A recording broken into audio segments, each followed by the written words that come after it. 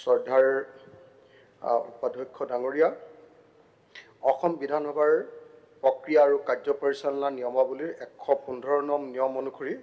মই সংকল্প প্ৰস্তাৱ উত্থাপন কৰিছোঁ আৰু প্ৰস্তাৱটো পাঠ কৰি দিছোঁ। মোৰ প্ৰস্তাৱটো হ'ল অসমৰ চৰকাৰী কৰ্মচাৰীসকলে পূৰ্বৰ পৰা অৱসৰকালীন জীৱনৰ বাবে চৰকাৰী পেঞ্চন লাভ কৰি আহিছিল। কিন্তু 2005 চনৰ 1 ফেব্ৰুৱাৰীৰ পৰা শিক্ষক কৰ্মচাৰীসকলৰ বাবে অসমত পুৰণি পেঞ্চন ব্যৱস্থাৰ পৰিৱৰ্তে নতুন ৰাষ্ট্ৰীয় পেঞ্চন ব্যৱস্থা NPS আৰম্ভ হ'ল আৰু কৰ্মচাৰীসকলৰ অৱসৰকালীন জীৱনৰ সামাজিক সুৰক্ষা নাইকিয়া হ'ল। ফলত চৰকাৰী কৰ্মচাৰীসকলে ভৱিষ্যত জীৱনৰ সুৰক্ষা বিচাৰি নতুন পেঞ্চন ব্যৱস্থাৰ পৰিৱৰ্তে পুৰণি পেঞ্চন ব্যৱস্থা বিচাৰি আন্দোলনত নমা দেখা গৈছে। আনহাতে ভাৰত তথা অসম চৰকাৰে ঘোষণা কৰিছে যে সংযুক্ত পেঞ্চন ব্যৱস্থা প্ৰৱৰ্তন কৰা হ'ব। কিন্তু কৰ্মচাৰীসকল আৰু তেওঁলোকৰ সংগঠনসমূহ এই নতুন ব্যৱস্থাক লৈও সন্তুষ্ট নহয়। অসমৰ চৰকাৰী কৰ্মচাৰীসকলৰ ভৱিষ্যত সুৰক্ষাৰ বাবে আৰু জীৱনৰ কৰ্মঠ সময়খিনি চৰকাৰী তথা ৰাজহুৱা জীৱনৰ কাৰণে সমৰ্পণ কৰাৰ স্বীকৃতি স্বৰূপে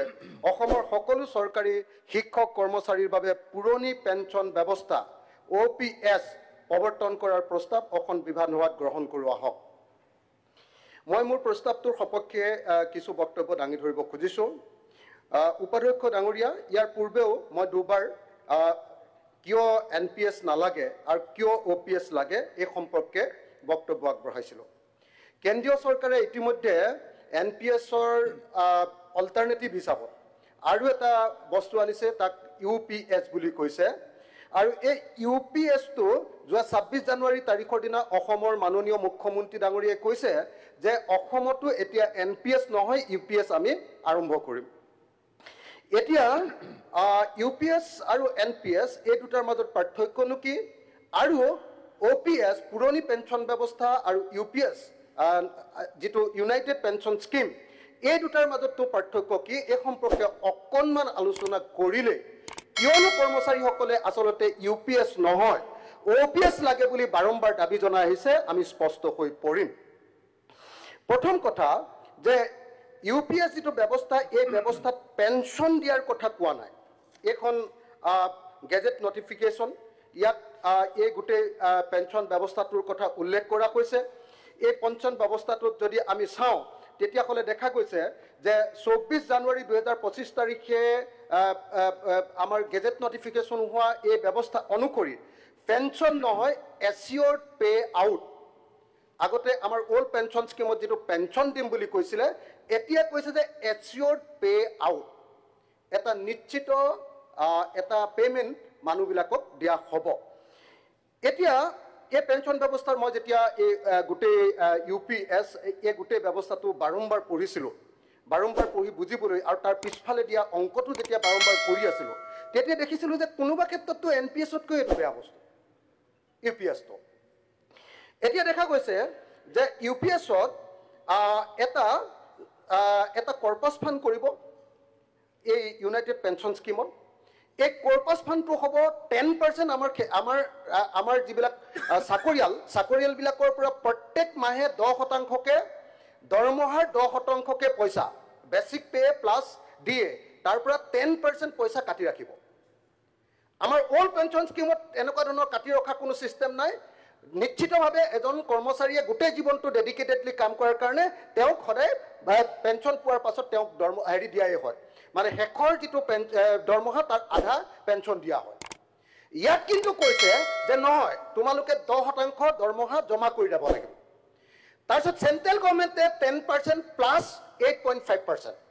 18% পইচা এই কৰ্পাছত জমা দিব। এই দুইটা লগ লগাই যিটো পইচা হ'ব আৰু এই কৰ্মচাৰীবিলাকে কাটি ৰখা যিটো পইচা, সেইটো যদি ইনভেষ্ট কৰি দিয়ে, কোনোবা কোম্পানীত যদি ইনভেষ্ট কৰি দিয়ে, তাৰ পৰা যিটো ইণ্টাৰেষ্ট পাব সেইটোৰ পৰাহে এটা পেঞ্চন দিয়াৰ ব্যৱস্থা গ্ৰহণ কৰা হ'ব। যিটো পেঞ্চন বুলি কোৱা নাই, এইটোক কি বুলি কৈছে, এইটোক কৈছে এচিয়ৰ্ড পে আউট। গতিকে UPSত কি হ'ব, কৰ্মচাৰীৰ দৰমহাৰ 10% কৰ্তন কৰি ৰখা হ'ব। এই কথাটো মই ইতিমধ্যে ক'লোঁ। গতিকে দৰমহা প্ৰত্যেকজন কৰ্মচাৰীয়ে 10%কে প্ৰত্যেক মাহতে কমকৈ পাব। 1 নম্বৰ। NPSত নিৰ্দিষ্ট পৰিমাণৰ পেঞ্চন নাছিলে, OPS-ত নিৰ্দিষ্ট পৰিমাণৰ পেঞ্চন শেষৰ যিটো দৰমহা তাৰ আধা UPS-ত কি UPS-ত তিনিটা ভাগ 10 বছৰ যদি চাকৰি কৰিছে তেতিয়াহ'লে 10,000 মিনিমাম পেঞ্চন 10 বছৰ যদি অতি কমেও 10 বছৰ কৰিছে তেতিয়াহ'লে 10,000 টকাৰ ন্যূনতম পেঞ্চন 10 পৰা 25 বছৰ যদি কৰিছে আনুপাতিক আকাৰত পেঞ্চন আৰু 25 বছৰ যদি নিয়মীয়া চাকৰি কৰিছে একেৰাখে আৰু সেই 25 বছৰ যদি নিজৰ 10% পইচা কাটি গৈছে তেতিয়াহ'লে কি হ'ব শেষৰ 12 মাহৰ এভাৰেজ শেষৰ যিটো 12 মাহৰ এবছৰৰ দৰমহা তাৰ এভাৰেজটো 50% তেওঁলোকে পেঞ্চন ৰূপে পাব এটো হ'ল UPS আৰু কি কৰিব হেৰি পতি বা পত্নীৰ ক্ষেত্ৰত যদি মানুহজন ঢুকাই গ'ল পেঞ্চন পোৱা মানুহজন তেওঁৰ পৰিয়ালে কিমান পাব 60% পেঞ্চন তাৰ পাছত মৰগীয়া সাহায্য যিটো ডিয়াৰনেন্স যিটো DR যিটো হেতু পেঞ্চনৰ লগত যোগ হ'ব আৰু কৰ্মচাৰীৰ DA বা মৰগীয়া বানুচৰ সমানে হেতু পেঞ্চনৰ লগত যোগ হ'ব অবসৰৰ সময়ত যিটো এটা এককালীন সাহায্য দিব এটো অল পেঞ্চনত যদি 35 লাখ টকা কোনোবাই এককালীন সাহায্য পাইছে ইয়াত 3,50,000 মান টকা এককালীন সাহায্য এটা পাব ইয়াৰ অংকটো আছে দেই এটো মানে একেবাৰে কম এটা পাব হেতু মই মানে ইয়াত অংক কৰি দেখুৱাব লাগিব হেতু অংক কৰি দেখুৱাবলৈ কোনেও এটো সময় মোক নিদিব ইয়াত পিছফালে অংক এটা দেখুৱাই দিছে গতিকে কিনো মই এমাউন্টটো কৈছো যেটো 35 লাখ টকা এজন মানুহে উলাই গলে আজিৰ দিনটোত উলাই গলে এককালীন সাহায্য এটা পায় তো হেতু ইয়াত 35 লাখ টকা যিজন মানুহে আজিৰ দিনটোত পাব পেঞ্চন পালে হেতু ইয়াত গৈ আকৌ 3,50,000 মান টকাহে পাব তো যদি অবসৰ সময়ত এককালীন সাহায্য কিমান পাব যদি আজিৰ দিনটোত শেষ 12 মাহৰ গড় যদি দৰমহা 68,850 টকা হয় তেতিয়াহ'লে 10 বছৰ চাকৰি কৰিলে তেওঁ কি ক'ব এককালীন সাহায্য পাব 1,38,700 টকা 20 বছৰ চাকৰি কৰিলে তেওঁ পাব 2,75,400 টকা 400 টকা 2,75,400 টকা আৰু 25 বছৰ চাকৰি কৰাৰ পাছতে 25 বছৰ চাকৰি কৰি উলাই গলে মানুহজনে পাব 3,44,250 টকা যেটো এতিয়া 25 বছৰ চাকৰি কৰিলে 35 লাখ মান টকা পায় মানুহ এজনে এটো দৰমহাত গতিকে এটো ভয়ানক সাংঘাতিক ধৰণৰ কথা এটা UPS-ত OPS-ৰ দৰে গ্ৰেচুইটিৰ ব্যৱস্থাও নাই আৰু নাই GPF-ৰ ব্যৱস্থাও GPF-ও নিদিয়ে আৰু গ্ৰেচুইটিও নিদিয়ে UPS-ত OPS-ৰ দৰে 10 বছৰ পেঞ্চন বৃদ্ধি 10 বছৰ মূৰে যে এই যিটো দৰমহা বৃদ্ধিৰ কাৰণে যিবিলাক আয়োগ হয় তো এই GPS-ত কিন্তু এই দৰমহা বৃদ্ধিৰ ওপৰত ভিত্তি কৰি পেঞ্চন বৃদ্ধিৰ যিটো ব্যৱস্থা এই ব্যৱস্থাটো নাই কাৰণ আগতে দৰমহাৰ পৰা 10% যে কাটিছিলে তাৰ ওপৰতে পেঞ্চন দিব গতিকে নতুনকৈ যিটো দৰমহা বৃদ্ধি হ'ব তাত কোনো ধৰণৰ এনহান্সমেন্ট পেঞ্চনৰ এনহান্সমেন্ট নাই গতিকে এজন কৰ্মচাৰীয়ে খালি ইয়াত এটাই সুবিধা NPS-ত কৰিলে কোনোবাই 2,000 টকাও পেঞ্চন পায় ইয়াত ফিক্স কিন্তু 10 বছৰ কাম কৰিলে মিনিমাম 10 বছৰ কিন্তু কাম কৰিলেহে পাব 10 বছৰ কাম কৰিলে ফিক্স তেওঁ 10,000 টকা তাৰ পেঞ্চন পাব কিন্তু 10,000 টকাৰ পেঞ্চনটো অকমান ডাঙৰ যেন লাগিব পাৰে কিন্তু এতিয়া আজিৰ দিনটোত যিবিলাক মানুহে চাকৰি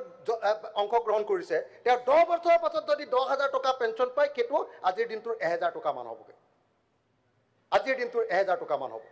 এই যে দৰমহা বৃদ্ধিৰ লগত এই যে ডিয়াৰনেন্স এলাউন্স থাকে দৰমহা বৃদ্ধিৰ লগত মূল্য বৃদ্ধিৰ যিটো সম্পৰ্ক এই সম্পৰ্কটোৰ ভিত্তিত যে প্ৰত্যেক 10 বছৰৰ মূৰে দৰমহা বৃদ্ধিৰ যিটো সিদ্ধান্ত সেই সিদ্ধান্ত অনুসৰি পেঞ্চন বৃদ্ধিৰ কোনো ব্যৱস্থা নাই কাৰণে টকা 10,000 পালেও হেতু গৈ আলটিমেটলি 1,000 টকাৰ নিচিনা হ'ব গতিকে UPS সিস্টেমটো এটা ভয়ানক এটা সিস্টেম কৰবাত সেই কাৰণে NPS-ত কৈ ই ভয়ানক ক'ত ভয়ানক NPS সিস্টেমত যিটো 10% পইচা আপুনি দৰমহাৰ পৰা কাটি যাব হেতু আপুনি যিদিনা ৰিটায়াৰ কৰিব সেই 10% পইচাটো একেলগতে আপুনি ঘূৰাই পাব গতিকে যাবৰ সময়ত আপুনি অন্তত 20 লাখ টকা এটা পাই যাব ইয়াত কিমান পাব 25 বছৰ চাকৰি কৰি যাবৰ সময়ত আপুনি 3,44,250 টকা পাব গতিকে যিসকল কৰ্মচাৰী আপোনালোকে চাবৰে 60 বছৰ বা 65 বছৰলৈকে চাকৰি কৰে আজিকালি গোটেই জীৱনৰ আটাইতকৈ ভাল সময়খিনি চৰকাৰৰ কাৰণে দিলে ৰাইজৰ কাৰণে দি দিলে আৰু যি সময়ত তেওঁ কাম কৰিব নোৱাৰে 65 ইয়াৰ্ছ হ'ল তেওঁ যি সময়ত একদম মানে তেওঁ জীৱনটো তেতিয়া অলস হৈ গ'ল আৰু তেওঁ ক্ৰিয়েটিভিটি নাইকিয়া হৈ গ'ল তেওঁ কষ্ট কৰিব নোৱাৰা হৈ গ'ল গোটেই জীৱনৰ ভাল ক্ৰিয়েটিভ সময়খিনি সমাজৰ কাৰণে দি দিলে সেই মানুহজনক তেতিয়া তেতিয়াৰ মূল্যৰ হাৰত যদি টকা 1000 পেঞ্চন দিয়ে 10,000 হ'ব এইটো আজিৰ দিনৰ 1000 টকা সেইটো যদি পেঞ্চন দিয়ে তেতিয়াহ'লে সেই মানুহজনে আমাৰ এতিয়া এই যে 250 টকাৰ বৃদ্ধ পেঞ্চন পোৱাৰ নিচিনা অৱস্থা হ'ব গতিকে এইটো এটা ভয়ানক কথা হয় ছাৰ বাইদেউসকল সন্মানীয় বিধায়ক অখিল গগৈ ডাঙৰীয়াই যোৱাকালি অসম বিধানসভাত ৰাজ্যৰ চৰকাৰী কৰ্মচাৰীসকলৰ দাবীৰ প্ৰতি সঁহাৰি জনাই অৰ্থাৎ চৰকাৰী কৰ্মচাৰীসকলৰ কল্যাণৰ স্বাৰ্থত OPS অৰ্থাৎ পুৰণি পেঞ্চন পুনৰ প্ৰৱৰ্তনৰ প্ৰস্তাৱ আনে আৰু অখিল গগৈ ডাঙৰীয়াই সদনত এই প্ৰস্তাৱ উত্থাপন কৰাৰ পিছতে বিৰোধী দলৰ প্ৰতিজন বিধায়কে অখিল গগৈ ডাঙৰীয়াৰ এই প্ৰস্তাৱক সমৰ্থন জনায় আৰু OPS পুনৰ প্ৰৱৰ্তন সন্দৰ্ভত তেওঁলোকৰ যুক্তিসমূহ বিধানসভাত দাঙি ধৰে আৰু এই বিষয়টো বিধায়ক অখিল গগৈ ডাঙৰীয়াই গুৰুত্ব সহকাৰে লৈ অসম বিধানসভাত প্ৰস্তাৱ আনিছে গতিকে ছাৰ বাইদেউসকল লগৰ বন্ধুবৰ্গক এই ভিডিঅ'টো শ্বেয়াৰ কৰি আজিৰ এই গুৰুত্বপূৰ্ণ খবৰটো জনাই দিব আৰু নতুনকৈ অহা ছাৰ বাইদেউসকলে অনুগ্ৰহ কৰি আমাৰ এই চেনেলটো ছাবস্ক্ৰাইব কৰি ল'ব ধন্যবাদ জয় আই অসম।